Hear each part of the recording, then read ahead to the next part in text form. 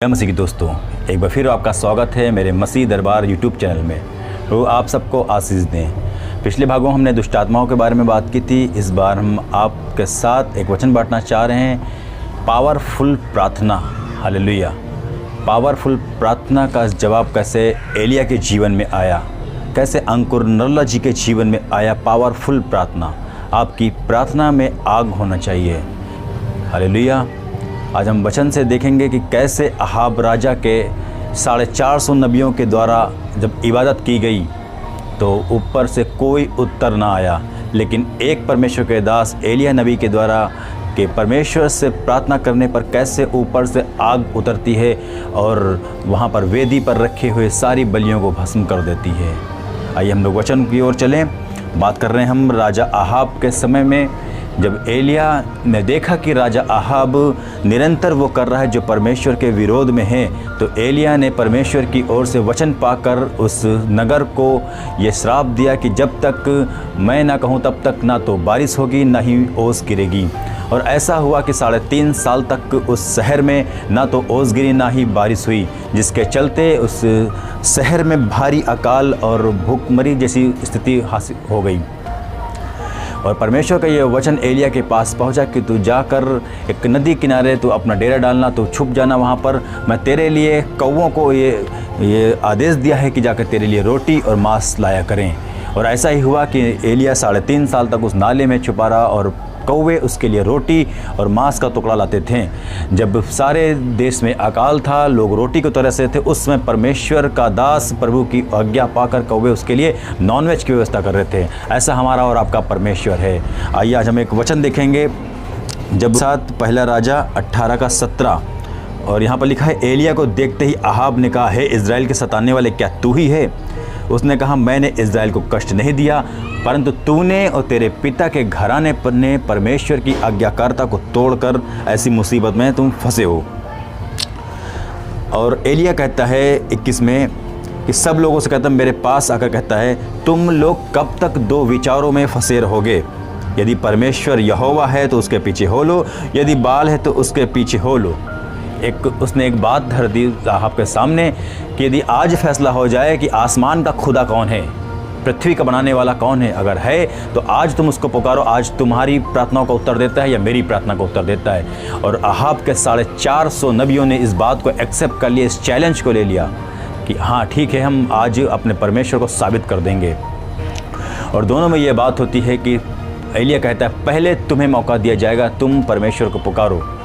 और लिखा है वो बाल देवता की आराधना करने के लिए, बाल देवता के विषय में बता दूं जितना मुझे पता है कि एक अहाब के और उसके हाथ ऐसे, दोनों हाथ ऐसे आगे रहते थे और उस पर लोग अपने नवजात शिशुओं को लाकर लिटा देते थे और नीचे से आग लगाते थे।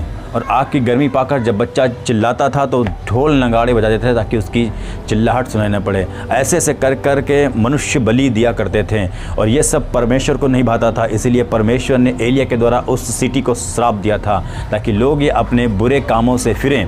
एलिया इस बात को चेताता है कि तुम और तुम्हारे घराने के कारण ऐसी विपत्ति तुम पर आई है। 24 में लिखा है, तब तुम अपने देवता से प्रार्थना करना, मैं यहोवा से प्रार्थना करूँगा, जो आग गिराकर उत्तर दे वही परमेश्वर ठहरे। लोग बोल उठे, अच्छी बात है, आज मौका मिल गया साबित करने का। जी हाँ, आज लोगों को साबित करने का मौका मिल गया कि परमेश्वर कौन है। और एलिया भी उनके सामने था, पूरी रीति से तैयार था, पूरी प्रार्थना से भरा हुआ, पूरी आत्मा से भरा हुआ था।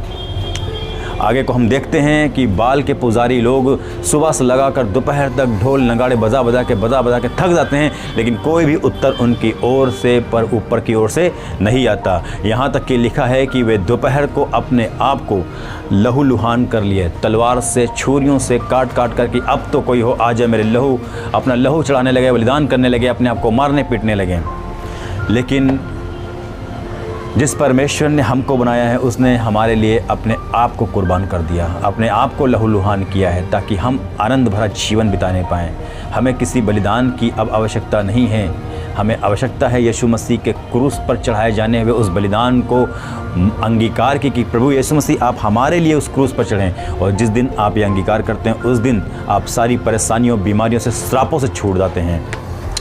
आइए आगे देखें, लिखा है 28 में, उन्होंने बड़े शब्द से पुकार के अपनी रीति के अनुसार छुरियां बर्चियों से अपने आप को यहाँ तक घायल किया कि लहू लुहान हो गए। और दोपहर तक करते रहे परंतु कोई शब्द सुनाई ना पड़ा। कोई हो तब तो सुनाई पड़े। जी हाँ, सबके हृदय में परमेश्वर ने यहाँ पर फिट कर दिया कि परमेश्वर एक है, परमेश्वर एक है। वो कितनी गवाहियों, कितने बड़े बड़े आश्चर्य कर्मों के द्वारा प्रभु अपने आप को इस पृथ्वी पर आज भी प्रकट कर रहा है। लेकिन शैतान ने लोगों के आँख और कान दोनों बंद कर दिए हैं। तब एलिया कहने लगा, मेरे निकट आओ। सब लोग उसके निकट आए। तब उसने यहोवा के वेदी जो गिराई गई थी मरम्मत की। सबसे इम्पॉर्टेंट बात यह है कि आपकी वेदी, क्या आपने उसकी मरम्मत की? अब्राहम के विषय में देखिए, अब्राहम जिस भी सिटी में जाता था, जिस भी गांव में जाता था, वो इसलिए धनवान होता चला गया, इसलिए आशीषित होता चला गया क्योंकि वो जहाँ जाता था पहले वेदी को बनाता था।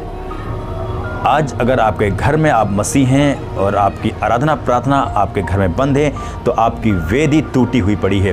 पहले उस वेदी को आप मरम्मत कीजिए, फिर देखिए कैसा परमेश्वर का अभिषेक आपको छूता है। आप जिस काम में हाथ लगाएंगे, आप जो मन में कल्पना करेंगे, परमेश्वर उसे पूरा करेगा।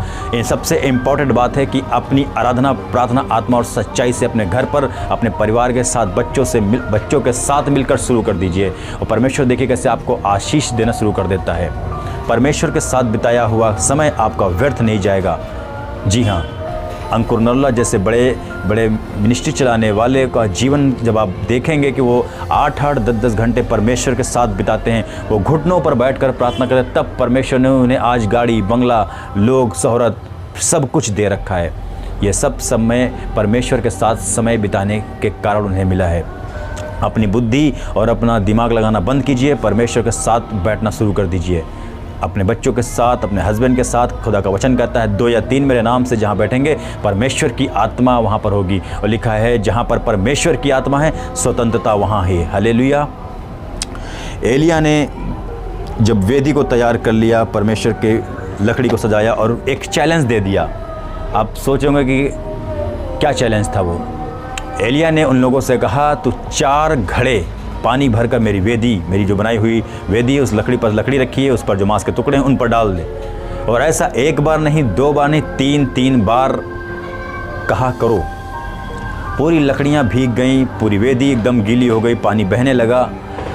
अब एलिया परमेश्वर से प्रार्थना करता है। देखिए कैसी प्रार्थना करता है वो। हे अब्राहम, इसहाक, इज़राइल के परमेश्वर यहोवा, आज यह प्रकट कर दे कि इज़राइल में तू ही परमेश्वर है। आज यह प्रकट कर दे कि आसमान का खुदा तू ही है। आज ये प्रकट कर दे कि ऊपर रहने वाला जीवित परमेश्वर तू ही है। हालेलुया। एलिया ऐसी प्रार्थना कर रहा है, ऐसी प्रार्थना कर रहा। परमेश्वर ने उसका उत्तर क्या दिया? तब यहोवा ने आग को आकाश से गिराया और उसकी वेदी पर रखी हुई सारी चीज़ें जलकर भस्म हो गई। यहाँ तक कि लिखा, जो पानी जो कीचड़ बन गया था वो भी सूखी मिट्टी में बदल गया। हालेलुया। आपकी प्रार्थना कितनी स्ट्रांग है, आपका समय कितना स्ट्रांग है परमेश्वर के साथ में। जिस दिन आप अपना समय परमेश्वर के साथ बिताएंगे, यकीन जानिए ऊपर से आग गिरेगी और आपकी सारी बीमारियों को, सारी तकलीफ़ों को, सारे कंगालपनों को जड़ से मिटा देगी। हालेलुया। परमेश्वर चाहता है कि आप उसके साथ बैठ के बातचीत करें। परमेश्वर चाहता है कि आप इस वचन के द्वारा आशीष पाएँ। आने वाले दिनों में हम लोग नाइट प्रेयर रखेंगे और उसमें आप लोग इस वीडियो के द्वारा अपने कमेंट में अपनी परेशानियां और अपनी बीमारियों को हमें बताएं, ताकि उन बीमारियों को हम लिखकर हम उसके लिए बैठकर हम सब लोग उपवास सहित प्रार्थना करें और आपको छुटकारा मिले। प्रभु बड़ी आशीष दे। प्लीज़ इस चैनल को आप लोग सपोर्ट कीजिए, लाइक और सब्सक्राइब कीजिए, ताकि मेरा लाइक का ऑप्शन खुले, मैं आकर लाइव आप लोगों के साथ कुछ वचन शेयर कर सकूं। आने वाले दिनों में हम लोग एक अच्छी आराधना के साथ मिलेंगे। यीशु मसीह की जय। आमीन।